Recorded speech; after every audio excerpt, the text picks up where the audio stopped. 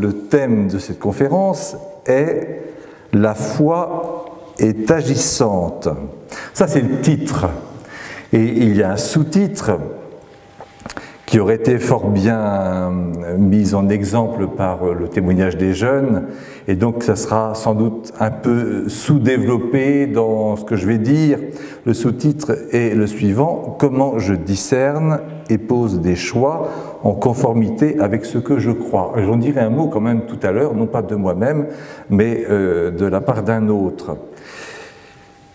Et puis le thème de cette série de conférences est tiré de l'Évangile selon saint Luc, au chapitre 17.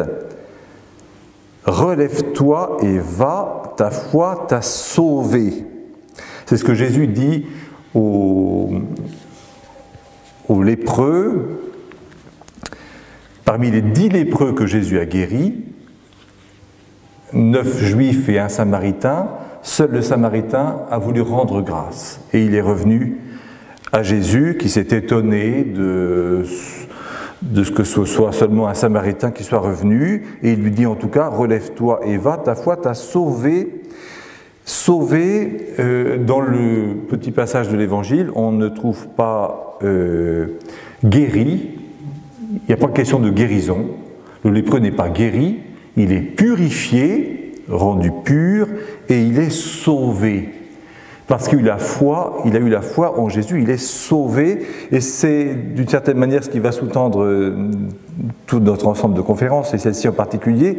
La foi au Christ est moyen de salut. Moyen de salut. Vous allez me dire, ce n'est pas le thème d'aujourd'hui, il s'agit plutôt de la foi agissante. Je pourrais dire justement, c'est ça la question. C'est la question. Foi qui sauve ou action? Action qui sauve ou foi qui sauve? C'est la question, ça ne va pas de soi. Et pour entrer tout de suite dans le débat, je commencerai par l'épître de saint Jacques. La foi et aussi les actions, les œuvres que nous faisons. Je ne vais pas vous lire l'intégralité du chapitre 2 de l'épître de saint Jacques. Je précise que je vais passer de saint Jacques à saint Paul, puis à saint Jean et revenir à saint Paul. Nous allons donc voyager quelque peu dans le Nouveau Testament. Mais voilà comment saint Jacques, dans son épître, commence son deuxième chapitre. Et remarquez le mot foi qui intervient très vite. « Mes frères, dans votre foi en Jésus-Christ, notre Seigneur de gloire, n'ayez aucune partialité envers les personnes. Imaginons que dans votre assemblée arrive en même temps un homme aux vêtements rutilants, portant une bague en or, et un pauvre aux vêtements sales. Vous tournez vos regards vers celui qui porte le vêtement rutilant et vous lui dites « Assieds-toi ici en bonne place » et vous dites au pauvre « Toi, reste là debout » ou bien « Assieds-toi au bas de mon marchepied ». Cela, n'est-ce pas faire des différences entre vous et juger selon de faux critères? Écoutez donc, mes frères bien-aimés. Et après cet exemple de ce que nous devrions faire comme chrétiens, comme croyants, comme personnes ayant la foi au Seigneur Jésus, d'accueillir sans partialité les personnes, d'avoir la même affection fraternelle envers tous, envers toutes, de manière charitable, sans distinction aucune, eh bien, saint Jacques va commencer à nous faire des reproches. Alors nous, quand je dis nous, ce n'est pas nous qui sommes ici spécialement, c'est à certains chrétiens qui pourraient dire « mais moi je suis chrétien, j'ai la foi. Et j'ai tout bon parce que j'ai la foi. » Et il explique, et puis il ajoute « Parlez et agissez comme des gens qui vont être jugés par une loi de liberté, car le jugement est sans miséricorde pour celui qui n'a pas fait miséricorde, mais la miséricorde l'emporte sur le jugement. Mes frères, dit saint Jacques, Si quelqu'un prétend avoir la foi sans la mettre en œuvre, à quoi cela sert-il? Sa foi peut-elle le sauver? Sa foi peut-elle le sauver? Sous-entendu, c'est bien au moyen de la foi au Seigneur Jésus-Christ que nous sommes sauvés, mais la foi sans la mettre en œuvre, qui n'est pas mise en œuvre, à quoi cela sert-il? Est-ce que cette foi sans mise en œuvre peut sauver? Et alors, il redonne un autre exemple, juste après, de ce que la manière dont un chrétien, une chrétienne doit agir. Il continue encore un autre exemple. Vous voyez, supposons qu'un frère ou une sœur n'ait pas de quoi s'habiller, ni de quoi manger tous les jours. Si l'un de vous leur dit « Allez en paix, mettez-vous au chaud et mangez à votre faim », sans leur donner le nécessaire pour vivre, à quoi cela sert-il? Ainsi donc, la foi, si elle n'est pas mise en œuvre, est bel et bien morte. En revanche, on va dire « Toi, tu as la foi, moi, j'ai les œuvres. Montre-moi donc ta foi sans les œuvres. Moi, c'est par mes œuvres que je te montrerai la foi. » Toi, tu crois qu'il y a un seul Dieu, fort bien, mais les démons eux aussi le croient et ils tremblent. Homme superficiel, veux-tu reconnaître que la foi, sans les œuvres, ne sert à rien? N'est-ce pas par ses œuvres qu'Abraham, notre père, est devenu juste, lorsqu'il a présenté son fils Isaac sur l'autel du sacrifice? Tu vois bien que la foi agissait avec ses œuvres, et par les œuvres, la foi devient parfaite. Ainsi fut accomplie la parole de l'Écriture, Abraham eut foi en Dieu, aussi il lui fut accordé d'être juste, et il reçut le nom d'ami de Dieu. La phrase qui suit, je vous demande de l'enregistrer autant que possible, non pas parce que c'est la vérité que je voudrais vous faire reconnaître, mais pour la comparer à une autre phrase. Je la répéterai plusieurs fois. Vous voyez bien, dit saint Jacques, l'homme devient juste par les œuvres et non seulement par la foi. Et il ajoute un autre exemple, il en fut de même pour Rahab, la prostituée, n'est-elle pas elle aussi devenue juste par ses œuvres, en accueillant les envoyés de Josué et en les faisant repartir par un autre chemin.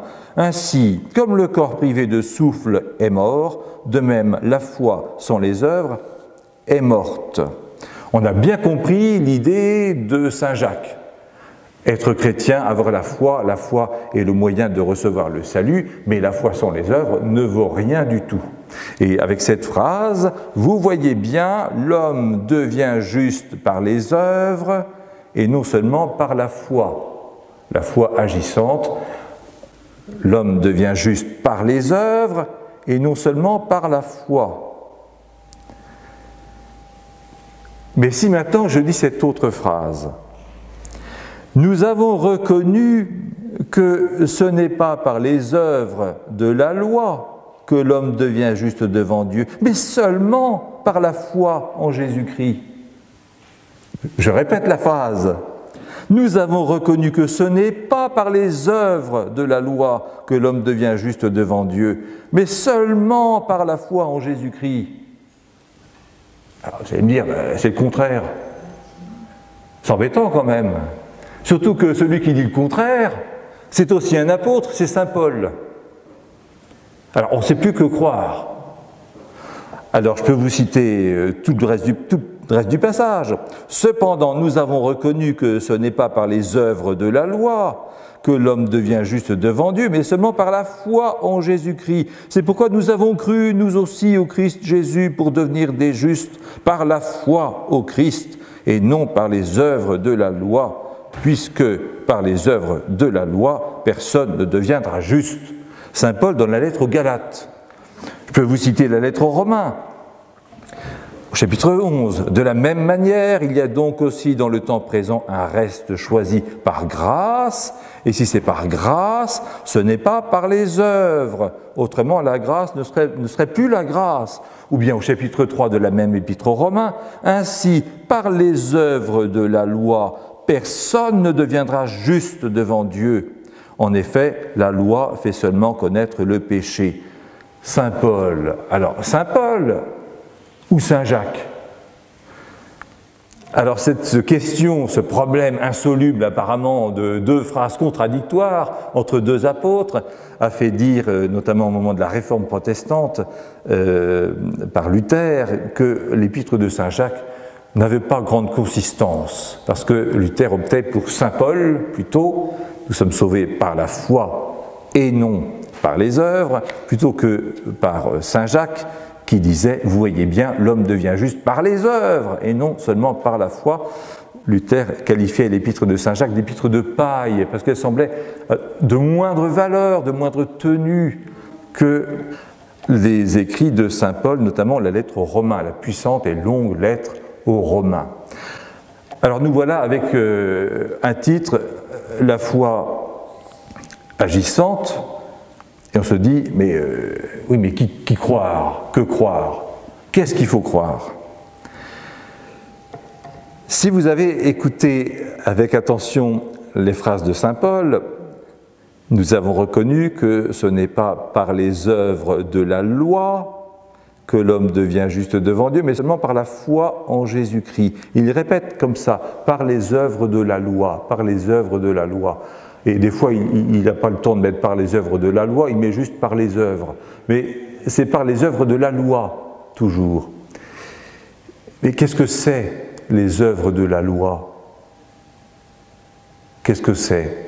Accueillir son prochain, aller le secourir, faire attention à lui, aller le rechercher dans toutes les rues de Vannes, parce que quelqu'un s'est perdu, n'est pas en forme. C'est ça, les œuvres de la loi. Qu'est-ce que c'est les œuvres de la loi? Alors, il se trouve qu'au XXe siècle, c'est déjà le siècle dernier, à partir de la deuxième moitié du milieu du XXe siècle, on a fait des découvertes extraordinaires le long de la mer Morte, en territoire d'Israël actuel. Des grottes ont permis de découvrir des manuscrits dont on avait perdu le souvenir depuis, 19 siècles. Vous avez peut-être entendu parler des fameux manuscrits de la mer Morte, notamment auprès d'un site particulier, site archéologique appelé en arabe Qumran, le site de Qumran. Et voilà, donc on a trouvé des quantités de restes, de fragments de manuscrits, de quantités de livres connus, des livres bibliques notamment, dont on a trouvé du coup la fréquence, et puis parfois des variantes. On s'est dit, tiens, ça on ne connaissait pas du tout cette variante, je ne sais pas, des livres de Samuel par exemple. Ça c'est curieux. Cette variante des livres de Samuel ressemble beaucoup à la traduction en grec que l'on connaissait. On s'est dit, mais d'où ils sont allés chercher cette traduction en grec ancienne, traduction d'avant notre ère? Comment ça se fait que ça ne coïncide pas avec nos Bibles d'aujourd'hui? On a trouvé des traces en hébreu d'un texte des livres de Samuel qui ressemble à la traduction grecque, pour vous dire simplement un exemple. Et on a trouvé quantité d'autres textes, et la grotte numéro 4, elles sont numérotées, a fourni notamment, et c'est ce qui va nous intéresser, des fragments de 6 manuscrits différents,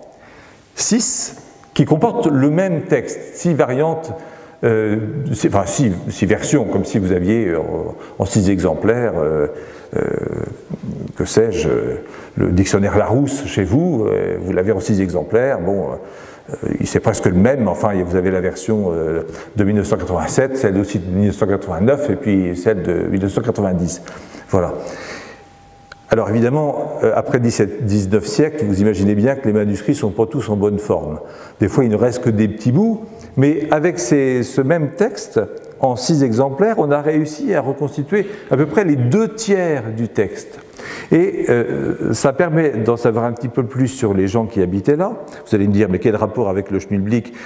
Justement, c'est que les gens qui étaient là étaient proches de ceux que Jésus combat avec foi et ardeur, les Sadducéens. Ça vous dit quelque chose, les Sadducéens? Il y a les pharisiens et les Sadducéens. Il y a aussi les publicains, mais ceux-là n'ont pas de doctrine particulière. Leur doctrine, c'est plutôt de n'en avoir aucune et de profiter de la vie et d'essayer de gagner de l'argent, voilà, avec les impôts, sur les impôts des autres. Mais les pharisiens ont pour optique de dire que Dieu, sur le mont Sinaï, a transmis la loi à Moïse. La loi, mais par deux canaux différents. La loi écrite, les commandements écrits tels que nous les retrouvons dans notre Bible, les 5 premiers livres de la Bible, livre de la Genèse, livre de l'Exode, du Lévitique, des Nombres et du Deutéronome, mais aussi de manière orale, pratique. Moïse a bien retenu, il a transmis à Josué, son disciple, qu'il a transmis à la grande assemblée, qu'il a transmise aux prophètes, qu'il a transmise aux maîtres du temps des Grecs, des maîtres juifs en Israël, du temps d'occupation grecque, ils l'ont transmis aux pharisiens et aux rabbins, et depuis, c'est toujours la pensée générale du judaïsme d'aujourd'hui, si vous voulez, qui s'est inspiré, le descendant du judaïsme des pharisiens. Les Sadducéens, eux, étaient presque tous des prêtres du temple de Jérusalem, proches des autorités religieuses les plus importantes, qui elles-mêmes étaient proches du pouvoir politique qui s'était mis en place après la révolte contre l'occupation grecque au IIe siècle avant notre ère, et qui, dans une même famille, avait tenu les rênes à la fois du temple de Jérusalem et, si vous voulez, du palais royal. Et à l'époque de Jésus, on en a encore la trace, même sous domination romaine, avec la famille d'Hérode. Vous savez, Hérode le Grand, celui qui voulait tuer les enfants de Bethléem, mais qui a reconstruit, qui a lancé la reconstruction du temple de Jérusalem comme une merveille extraordinaire, un immense temple dont il ne reste aujourd'hui plus que la base, mais immense base, 500 mètres sur 300 mètres, des pierres de 9 mètres de long.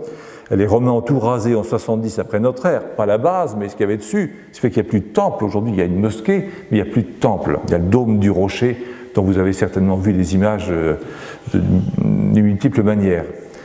Dôme doré, hein, dôme du rocher, et la mosquée Al-Aqsa aussi.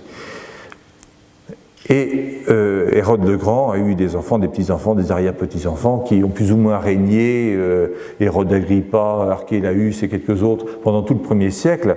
Et les autorités religieuses, des prêtres, étaient accoquinés à ce pouvoir des descendants d'Hérode. Et ils accaparaient à la fois, si vous voulez, le pouvoir religieux du temple et le pouvoir politique également. Et ces Sadducéens, eux, n'étaient attachés qu'à la lettre du texte écrit. Et non, pour eux, il n'y a pas de loi orale. Dieu n'a pas transmis des conseils oraux retenus par Josué, transmis de maître en maître. Non, il a transmis l'écrit. Et à partir de l'écrit, il faut bien se débrouiller pour interpréter ce que veut dire telle ou telle loi. Car les 5 premiers livres de la Bible sont appelés la loi de Moïse.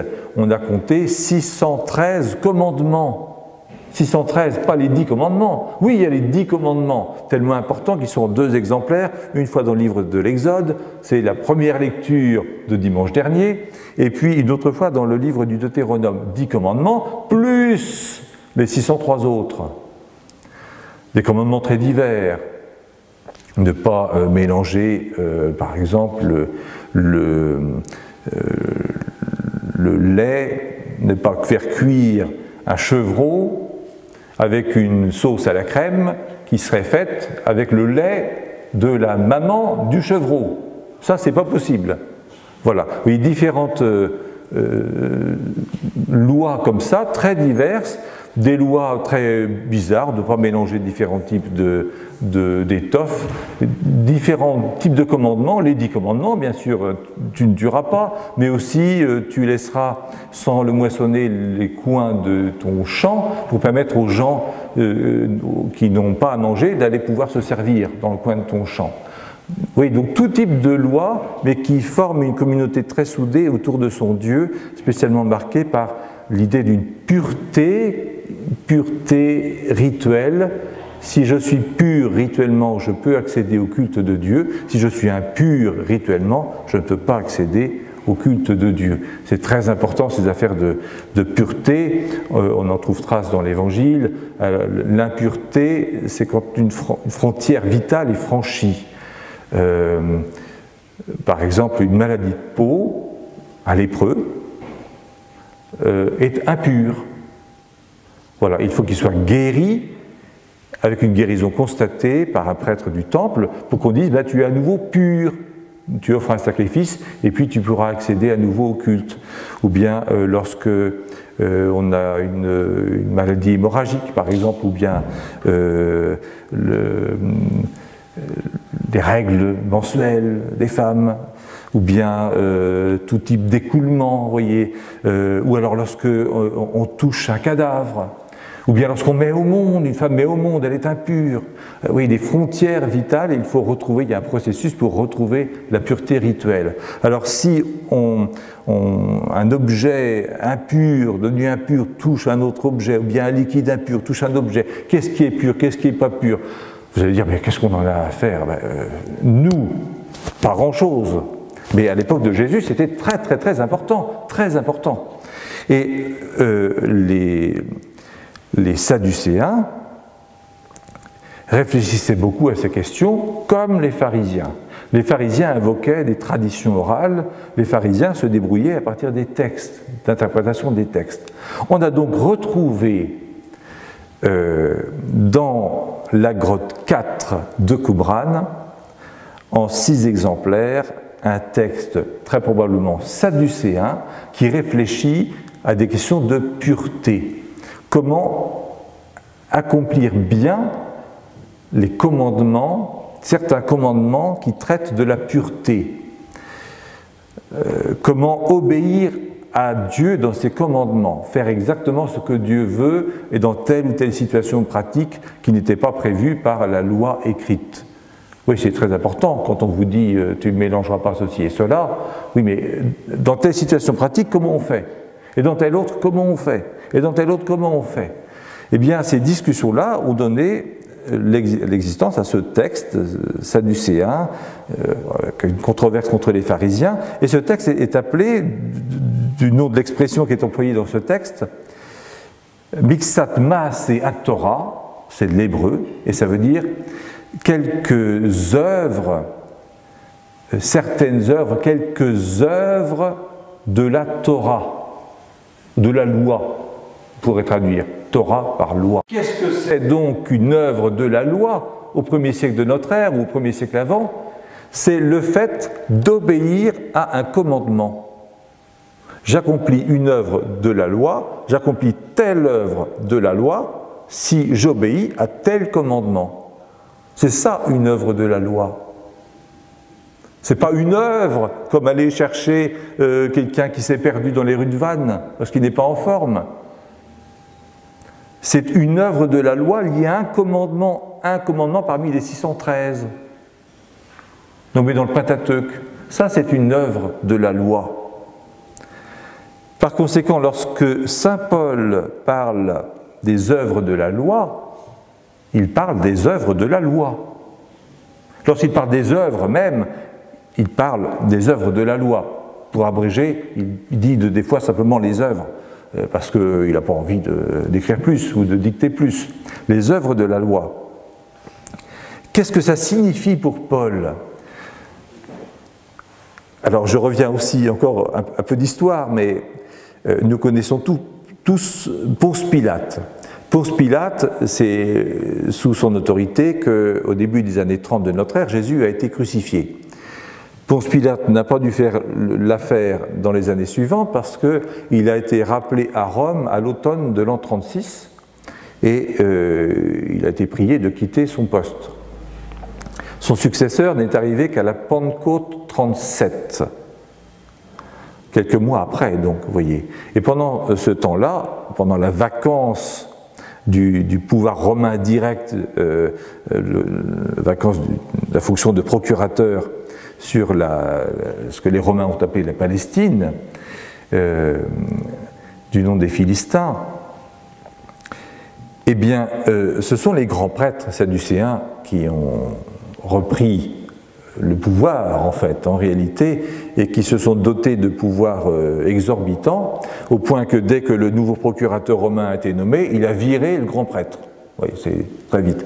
Et avant que le grand prêtre soit viré, il a pu donner à un jeune pharisien extrêmement doué et zélé des pouvoirs de police pour arrêter les déviants, notamment les déviants chrétiens. Et l'un de ces jeunes pharisiens zélés était saint Paul. Saint Paul était convaincu, pendant cette période-là, que pour devenir juste devant Dieu, pour être considéré comme quelqu'un de juste, donc de juste, digne d'entrer en présence de Dieu au dernier jour, dans le monde à venir, comme les pharisiens le disaient, il suffisait et il était nécessaire et suffisant d'obéir à tous les commandements, au 613. C'est donc au moyen des œuvres de la loi que l'on devenait juste. C'est au moyen des œuvres de la loi qu'on était sauvé. Voilà ce que pensait saint Paul à ce moment-là. C'est au moyen des œuvres de la loi qu'on est sauvé. Saint Paul vit cette rencontre bouleversante automne, fin d'automne, hiver, ou début du printemps 37 peut-être, en allant à Damas arrêter des chrétiens. Et il fait cette rencontre bouleversante avec Jésus, tellement bouleversant qu'elle a raconté 3 fois cette rencontre dans les Actes des Apôtres, le livre des Actes des Apôtres, après les Évangiles.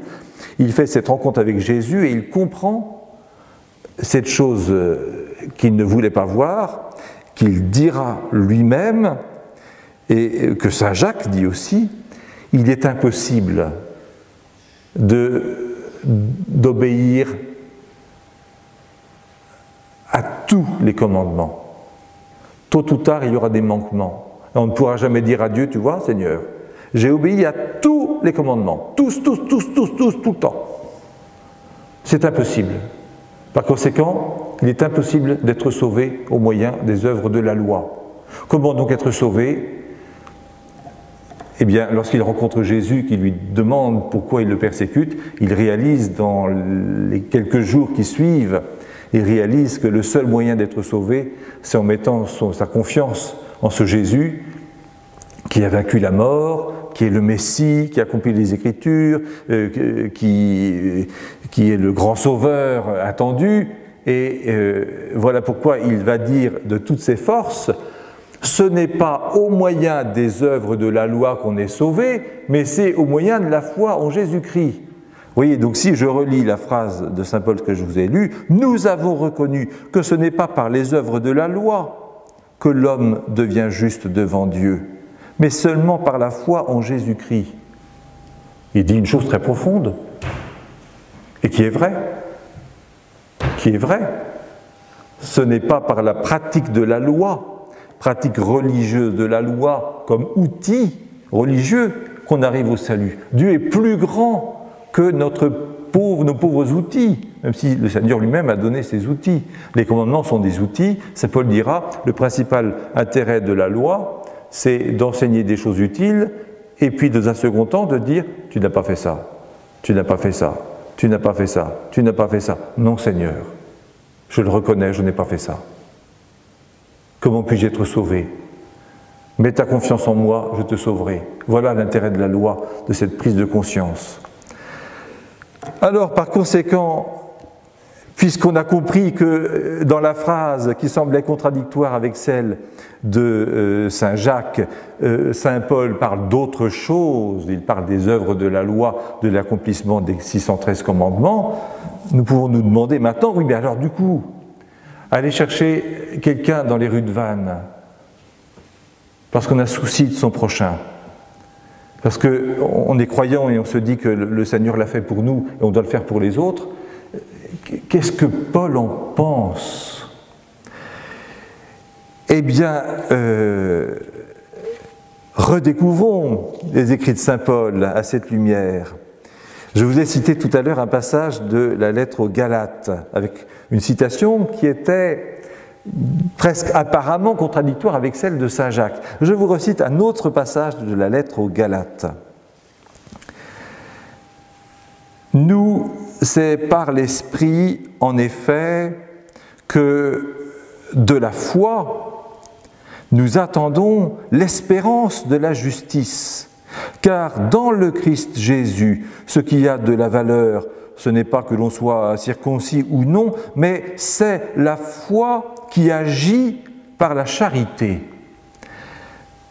Alors, je vais relire un tout petit peu ces deux petits versets de la lettre aux Galates. Je signale juste que quand Paul dit « nous attendons l'espérance de la justice », la traduction liturgique le rend d'une manière plus compréhensible plutôt. Nous attendons la justice espérée. Nous attendons un jour que Dieu, voyant notre foi, nous dise « En toi, je vois mon Fils Jésus. En toi, je vois la justice, le caractère juste, parfaitement juste de mon Fils. Et toi, tu es ma fille, tu es mon Fils, que je vois juste, sans péché devant moi. Entre dans la joie de ton Maître. » Voilà ce que veut dire saint Paul. Mais si une fois qu'on a entendu ça, je relis la phrase « Nous, c'est par l'Esprit, en effet, que de la foi, nous attendons l'espérance de la justice », je vois la foi au Christ qui nous donne l'espérance, la vertu chrétienne d'espérance. Et je lis juste après, car dans le Christ Jésus, ce qui a de la valeur, ce n'est pas que l'on soit circoncis ou non, mais c'est la foi, encore la foi, qui agit par la charité, la vertu chrétienne de charité. La foi, l'espérance et la charité. Vous vous rappelez que ces conférences prennent place au sein de cette deuxième année de notre jubilé de Sainte-Anne qui s'étale sur 3 années. L'année dernière, nous avons médité et approfondi la vertu d'espérance avec Sainte-Anne. Cette année, c'est la vertu de foi avec la Vierge Marie. L'année prochaine, ce sera la vertu de charité. L'année prochaine, et peut-être celle d'après même, la charité avec Jésus, modèle de charité. Mais vous voyez que ce n'est pas juste pour faire le tour des vertus. Allez, une année, on va regarder l'espérance, une année la foi, une année la charité, et puis voilà. Et puis qu'est-ce qu'on va faire la 4e année? Non, dans ces deux versets de saint Paul, vous voyez que tout se tient. Il s'agit de notre salut. Ce n'est pas pour faire le tour des vertus. C'est par l'Esprit que de la foi, nous attendons l'espérance de la justice. La foi au Christ nous donne l'espérance, et elle est la seule à pouvoir nous donner l'espérance, mais la seule foi qui a de la valeur, c'est la foi qui agit par la charité. La charité. La foi qui agit par la charité. Oui, on retrouve pratiquement des mots tels que saint Jacques a pu les employer. La charité, c'est-à-dire par les actions charitables, la manière concrète, pratique d'agir de manière charitable, par amour. Alors, je ne vais pas vous citer l'autre texte. Si, je vais vous le citer, mais pas vous le lire en entier, parce que c'est un texte que peut-être vous connaissez, un texte qui est souvent pris pour les mariages. L'hymne à la charité de saint Paul. Ça commence comme ceci. « Et maintenant, je vais vous indiquer le chemin par excellence. » Ce chemin est la charité. Et il termine, alors oui, ça commence comme ceci: « J'aurais beau parler toutes les langues des hommes et des anges, si je n'ai pas la charité. S'il me manque l'amour, je ne suis qu'un cuivre qui résonne, une cymbale retentissante. » On dirait un poème. Alors, saint Paul n'écrivait pas de poème, mais il s'est trouvé inspiré et il a dicté à son secrétaire à ce moment-là ce poème qui a surgi spontanément. Merveilleux texte. L'amour prend patience, l'amour rend service, l'amour ne jalouse pas. Merveilleux texte. Voilà. Et il termine ce texte comme ceci: « Ce qui demeure aujourd'hui, c'est la foi, l'espérance et la charité, mais la plus grande des trois, c'est la charité. » Voilà, les 3 vertus théologales, mais qui mènent à la charité. Encore les 3 vertus, vous voyez, celles qu'on envisage ensemble, encore cité ensemble par saint Paul. Et on termine par la charité. Mais il y a au beau milieu de ce texte une phrase que je voudrais vous citer, vraiment, et elle répond pas mal à notre question qu'en pense saint Paul. Il dit « J'aurais beau avoir toute la foi, jusqu'à transporter les montagnes. S'il me manque l'amour, je ne suis rien. » Alors, on ne peut pas imaginer que saint Paul ait pensé que c'était par la foi seule, la seule vertu de foi, comme ça, foi, sans penser du tout à notre manière charitable de vivre, à nos actions charitables, que nous soyons sauvés. Et saint Paul dit exactement le contraire. Si j'ai une foi d'une vivacité, d'une force extraordinaire, comparable à celle dont parle Jésus dans l'Évangile, si je n'ai pas de charité, il n'y a rien, rien, zéro, rien du tout, rien, pas de salut, pas de vie éternelle, rien. La foi sans la charité ne vaut rien. Je vous cite saint Jacques. Si je trouve saint Jacques, où est saint Jacques? Il doit être là, saint Jacques. Vous voyez bien, l'homme devient juste par les œuvres et non seulement par la foi. Vous voyez bien, l'homme devient juste par la charité et non seulement par la foi. La foi sans la charité ne vaut rien. Ce n'est pas saint Jacques qui le dit, c'est saint Paul. Alors, autant saint Jacques donne plein d'exemples concrets, autant le dire tout de suite, pas saint Paul, hein, ce n'est pas son fort. Il a des phrases magnifiques, des textes merveilleux, mais pour les images, il n'est pas le premier. Alors, quelle image avoir pour nous faire une idée, une bonne idée, quelque chose qui nous fasse comprendre, une fois qu'on a retenu l'image, qui est le maître de l'image, mais vraiment le maître de l'image? Eh bien, c'est le maître tout court, le Seigneur Jésus. Il est le meilleur pour nous donner les images. Vous connaissez toutes les paraboles de Jésus, quantité d'images, plein d'images, la graine de moutarde, que sais-je, quantité d'images, les poissons avec des filets, la perle, et quantité d'autres. Il se trouve qu'il y a une image très très forte qui a bien failli tomber dans l'oubli. Et ça aurait été vraiment dommage. Cette image a failli tomber dans l'oubli parce qu'elle n'était pas prévue dans l'évangile selon saint Jean. Saint Jean, à la différence des autres évangélistes, met beaucoup de temps pour raconter la passion de Jésus. Dans les autres évangiles que saint Jean, saint Matthieu, saint Marc, saint Luc, 2 chapitres de l'évangile suffisent. Dans saint Jean, il avait prévu le chapitre 13, le chapitre 14, pour nous raconter que la dernière scène. À la fin du chapitre 14, Jésus dit « Bon, maintenant, on y va », et on se lève. Et puis, il avait prévu aussi le chapitre 18 et le chapitre 19 pour nous raconter la passion elle-même. Ça faisait déjà 4 chapitres, 2 fois plus que les autres. Et au début du chapitre 18, tout le monde se lève et on sort du cénacle et on va à Gethsémani. Sauf que saint Jean avait tellement de souvenirs que soit lui, soit on lui a demandé, on lui a dit, écoute, tu nous as raconté ça, tu n'as pas écrit ça dans ton évangile, il faut absolument que tu l'écrives. Et donc saint Jean, ou bien un de ses proches disciples qui a recueilli ses souvenirs, a inséré de manière forcée entre chapitre 14 et chapitre 18, 3 chapitres en plus, vous voyez, il y avait déjà 4 chapitres pour la Passion, 2 chapitres pour la dernière scène, il y en a 3 de plus, le chapitre 15, le chapitre 16 et le chapitre 17. On a bien failli ne pas les avoir si saint Jean avait suivi son programme initial. Mais grâce peut-être à des bons amis à lui, on les a. Et notamment, on a l'image que Jésus donne. Vous connaissez cette image, mais il faut qu'on la prenne, je dirais, mais avec toute la naïveté d'un enfant. Voilà ce que dit Jésus à la scène, quelques heures avant d'être arrêté et de donner sa vie sur la croix. « Moi, dit-il, je suis la vraie vigne, et mon Père est le vigneron. Tout sarment qui est en moi, mais qui ne porte pas de fruit, mon Père l'enlève.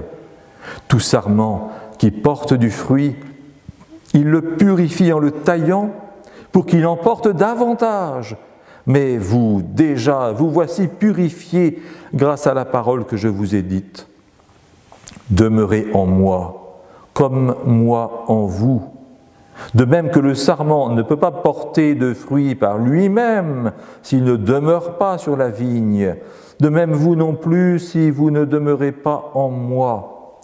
Moi, je suis la vigne et vous les sarments. Celui qui demeure en moi et en qui je demeure, celui-là porte beaucoup de fruits, car en dehors de moi, vous ne pouvez rien faire. Si quelqu'un ne demeure pas en moi, il est comme le sarment jeté dehors et il se dessèche. Les sarments secs, on les ramasse, on les jette au feu et ils brûlent. Si vous demeurez en moi et que mes paroles demeurent en vous, demandez tout ce que vous voulez et cela se réalisera pour vous. Ce qui fait la gloire de mon Père, c'est que vous portiez beaucoup de fruits et que vous soyez pour moi des disciples. Image d'une vigne, un tronc porteur de la sève, des racines, de la terre jusqu'au ciel. Jésus, uni à son Père vigneron. Des branches, des sarments, comme greffées sur le tronc, de sorte que la sève vitale de la vigne puisse entrer dans le sarment. Si aucun obstacle n'existe dans le sarment, s'il n'y a pas d'autres tiges parasites qui détournent la sève vitale, au bout du sarment, il y aura une grappe de raisin que pourra récolter le vigneron. Évidemment, s'il y a un obstacle dans le sarment, si la sève ne va pas jusqu'au bout, eh bien, il n'y aura pas de grappe de raisin. Et quel est l'intérêt pour un vigneron d'avoir des tiges sur sa vigne, des sarments, qui ne donnent pas de grappe de raisin? Un vigneron n'en a pas l'intérêt, donc il va couper, bien sûr, le sarment. Sinon, il faut que les autres sarments, eux, aient toute la force vitale de la sève pour porter du fruit. Et Jésus nous dit exactement ceci: vous ne pouvez porter de fruits que si vous êtes greffé. Si vous n'êtes pas greffé, vous n'aurez pas de sève. Si vous n'avez pas de sève, vous n'aurez pas de fruits. Mais en même temps, le seul intérêt d'être greffé, c'est pour porter du fruit. Il faut porter du fruit, sinon le vigneron va l'enlever, ce sarment. Eh bien, c'est ça, figurez-vous. Et nous sommes greffés sur le Christ au moyen de la foi. C'est au moyen de la foi, greffés sur le Christ, que nous pouvons recevoir la force vitale de la sève, la vie éternelle et le salut. Mais cette greffe ne vaut que dans la mesure où la sève va jusqu'au bout et donne un fruit, une vigne, une grappe de raisin pour le vendangeur et le vigneron. Et c'est la charité portée par le sarment, ce fruit de charité, que le vigneron veut récolter. Vous avez la foi d'un côté, là où le sarment est greffé sur le cep, et vous avez l'action de charité, le fruit de charité à l'extrémité du sarment. La foi ne sauve que dans la mesure où elle conduit la sève du cep, du tronc, jusqu'à l'extrémité pour porter du fruit. Sinon, cette foi ne sert à rien. Être greffé ne sert à rien. Remarquez que c'est exactement les trois conférences du milieu. La première de Monseigneur Santaine, Marie, modèle de foi, et la dernière, dimanche prochain, comment Marie peut nous aider dans notre chemin de foi. Deux conférences mariales pour le thème de cette année, Marie, modèle de foi, mais enveloppe les trois conférences du milieu. La première, celle du 25 février, la foi est une relation personnelle avec Dieu, greffée sur le Christ. La deuxième, c'est l'importance de nourrir sa foi pour que la foi puisse amener jusqu'à l'extrémité du sarment, sans obstacle, toute la sève vitale et la vie éternelle. Et aujourd'hui, la foi est agissante, de sorte qu'elle permet au sarment de porter des fruits de charité. Oui, 3 conférences pour le début du sarment, le milieu et l'extrémité. La foi, la sève qui doit être conduite jusqu'au bout, et les fruits portés par la foi. Gardons vraiment cette image de Jésus qui est très simple, qui est très visuelle et qui nous fait comprendre absolument tout ce qu'il faut comprendre sur la manière dont la foi doit être agissante. Jésus, véritable maître en image. Alors, si nous avons à être greffés sur le Christ Sauveur par la foi, pour offrir à Dieu le Père, dans l'Esprit Saint, une vie pleine de fruits de charité, comment entendre la pensée de saint Paul, puisqu'en réalité elle développe la pensée de saint Jacques, sans être le contraire de la pensée de saint Jacques, bien au contraire. Si on prend cette fameuse lettre aux Romains, qui a été un temps opposée à la lettre de saint Jacques, le plan de la lettre aux Romains, c'est une longue lettre, 16 chapitres, une longue lettre. Il y a une introduction que donne saint Paul, il dit à qui il s'adresse, il rend grâce, il donne quelques projets, et puis il donne l'idée principale de sa lettre. Je vous lis cette idée principale. En effet, dit-il, je n'ai pas honte de l'Évangile, car il est puissance de Dieu pour le salut de quiconque est devenu croyant, le juif d'abord et le païen.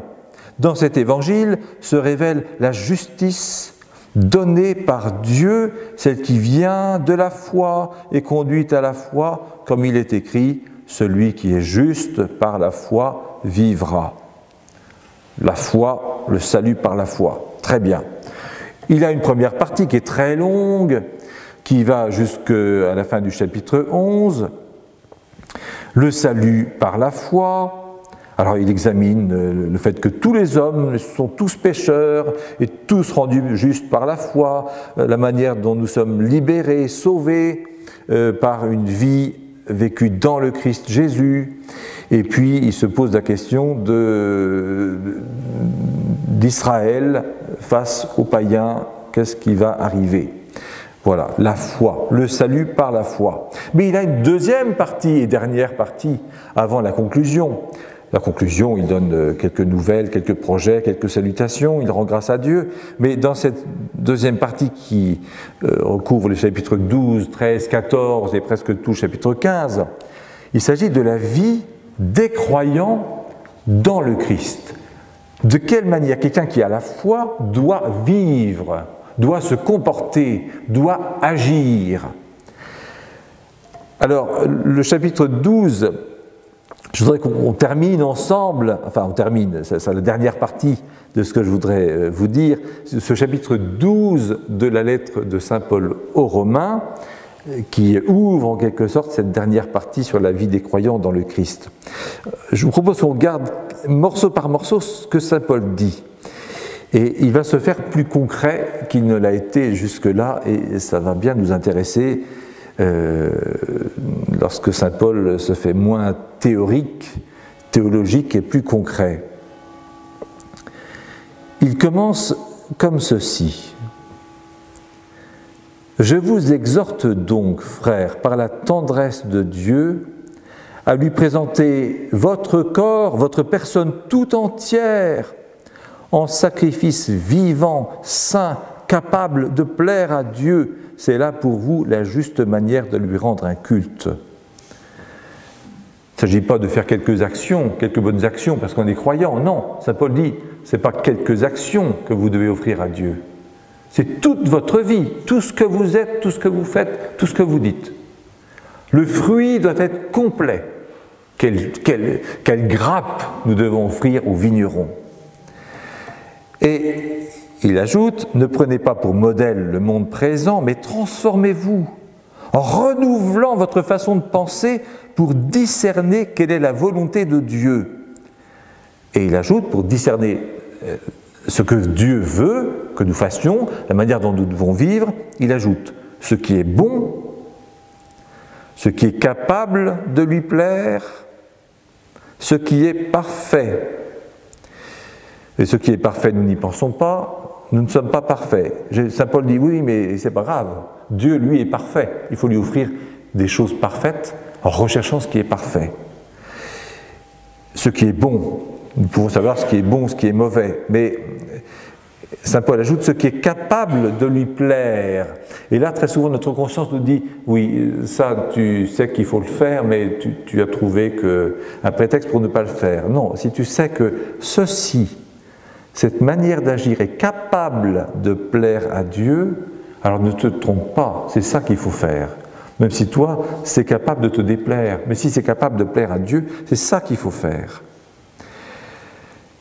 Et il va d'office calmer nos ardeurs, les mauvaises ardeurs. Oui. Il faut faire des choses parfaites. Je vais faire de grandes choses. Saint Paul dit, oh là, stop, des grandes choses, mais pour qui tu te prends? Des grandes choses, qu'est-ce que tu veux dire grandes choses? Des choses de grand, des choses de chef. Saint Paul dit tout de suite, par la grâce qui m'a été accordée, je dis à chacun d'entre vous, n'ayez pas de prétention déraisonnable, mais pensez à être raisonnable, chacun dans la mesure de la mission que Dieu lui a confiée. Prenons une comparaison. En un corps unique, nous avons plusieurs membres qui n'ont pas tous la même fonction. De même, nous qui sommes plusieurs, nous sommes un seul corps dans le Christ et membres les uns des autres, chacun pour sa part. Et selon la grâce que Dieu nous a accordée, nous avons reçu des dons qui sont différents. Si c'est le don de prophétie, que ce soit à proportion du message confié, si c'est le don de servir, que l'on serve, si l'on est fait pour enseigner, que l'on enseigne, pour réconforter, que l'on réconforte, celui qui donne, qu'il soit généreux, celui qui dirige, qu'il soit empressé, celui qui pratique la miséricorde, qu'il ait le sourire. Il s'agit de faire ce qui est capable à Dieu, ce qui est capable de plaire à Dieu, pas forcément toujours ce dont on rêverait. Mais qu'est-ce qui est capable de plaire à Dieu et que moi je peux faire? Pratiquer la miséricorde, ce n'est pas une chose abstraite, ça veut dire s'occuper des gens, avoir le cœur qui se tourne vers les gens qui vivent une misère, une peine, une difficulté, et porter notre cœur. Voilà. Si c'est ça qui est capable de plaire à Dieu aujourd'hui, Saint Paul dit bien, fais-le. Mais avec le sourire, s'il te plaît. Sinon, ça ne marche pas. Avec le sourire. Oui, il y a une manière d'être généreux, mais généreux, tu m'embêtes, mais je te donne quand même. Non. Tu m'embêtes, mais je vais te donner avec le sourire. Parce que tu es mon prochain et que j'y vois le visage du Seigneur Jésus. Là, Saint Paul est plus concret. Mais vous voyez, sans rêver à des choses de grand. Voilà, ce qui est capable de plaire à Dieu, pas à me plaire à moi. Qu'il ait le sourire, ou quel est le sourire. Et il prononce le mot juste après. Que votre amour soit sans hypocrisie. La foi agissant par la charité. La foi qui agit par la charité. La foi agissant par l'amour. Et alors, Saint Paul dit quantité de choses. Alors là, complètement dans le désordre, il n'y a plus aucun ordre. Oui, c'est très pratico-pratique, mais il n'y a plus d'ordre. Mais du coup, c'est peut-être le plus intéressant parce que Saint Paul dit des tas de choses utiles. Alors, que votre amour soit sans hypocrisie, fuyez le mal avec horreur, attachez-vous au bien, soyez les uns aux autres, soyez unis les uns aux autres par l'affection fraternelle, rivalisez de respect les uns pour les autres, ne ralentissez pas votre élan, restez dans la ferveur de l'esprit, servez le Seigneur, ayez la joie de l'espérance, tenez bon dans l'épreuve, soyez assidus à la prière, partagez avec les fidèles qui sont dans le besoin, pratiquez l'hospitalité avec empressement, bénissez ceux qui vous persécutent, souhaitez-leur du bien et non pas du mal. Soyez joyeux avec ceux qui sont dans la joie. Pleurez avec ceux qui pleurent. Soyez bien d'accord les uns avec les autres. N'ayez pas le goût des grandeurs, mais laissez-vous attirer par ce qui est humble.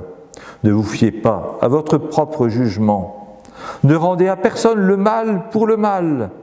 Appliquez-vous à bien agir aux yeux de tous les hommes. Autant que possible, pour ce qui dépend de vous, vivez en paix avec tous les hommes. Bien-aimés, ne vous faites pas justice vous-même, mais laissez agir la colère de Dieu, car l'Écriture dit « C'est à moi de faire justice, c'est moi qui rendrai à chacun ce qui lui revient, dit le Seigneur. » Mais si ton ennemi a faim, donne-lui à manger. S'il a soif, donne-lui à boire. En agissant ainsi, tu entasseras sur sa tête des charbons ardents. Ne te laisse pas vaincre par le mal, mais sois vainqueur du mal par le bien. De magnifiques confrères, et voilà, et j'arrive à la conclusion, pile poil. J'arrive à la conclusion, et la conclusion, je commencerai comme ceci, par cette phrase de Jésus, dans l'évangile de saint Matthieu. Une fois, Jésus interroge ses disciples. « Avez-vous compris tout cela ?» Ils lui répondent « Oui ». Jésus ajouta « C'est pourquoi tout scribe devenu disciple du royaume des cieux est comparable à un maître de maison qui tire son trésor du neuf, qui tire de son trésor du neuf et de l'ancien. » Du neuf, ce sont ces mots de saint Paul. Ne prenez pas pour modèle le monde présent, mais transformez-vous en renouvelant votre façon de penser pour discerner quelle est la volonté de Dieu, ce qui est bon, ce qui est capable de lui plaire, ce qui est parfait. Ça, c'est du saint Paul, dans ce que je vous ai lu. Mais saint Paul tire aussi de l'Ancien. Qui a écrit « Mais si ton ennemi a faim, donne-lui à manger. S'il a soif, donne-lui à boire. » C'est ni Jésus ni saint Paul, c'est le vieux livre des Proverbes dans l'Ancien Testament. Saint Paul tire de son trésor du neuf et du vieux. Alors, si notre charité, si notre foi doit être agissante par les œuvres de la charité, doit porter du fruit de charité, n'ayons pas peur d'être très libres et innovants en tirant de notre trésor du vieux et du neuf. Tout est utile si c'est selon la volonté de Dieu. Tout est utile. Vous avez peut-être entendu la deuxième lecture à la messe, sauf s'il y avait des scrutins. Mais s'il n'y avait pas de scrutin, la deuxième lecture, tirée de la lettre aux Éphésiens, terminait comme ceci. C'est Dieu qui nous a fait, il nous a créés dans le Christ Jésus en vue de la réalisation d'œuvres bonnes qu'il a préparées d'avance pour que nous les pratiquions. Creusons-nous les méninges pour savoir quelles belles choses nous devons faire, mais pensons que ce que nous allons faire de bien, Dieu l'a préparé déjà, il a pensé à tout, et il nous accompagne parce qu'il y pense de toute éternité à la bonne chose que nous allons faire, à notre foi agissante par la charité.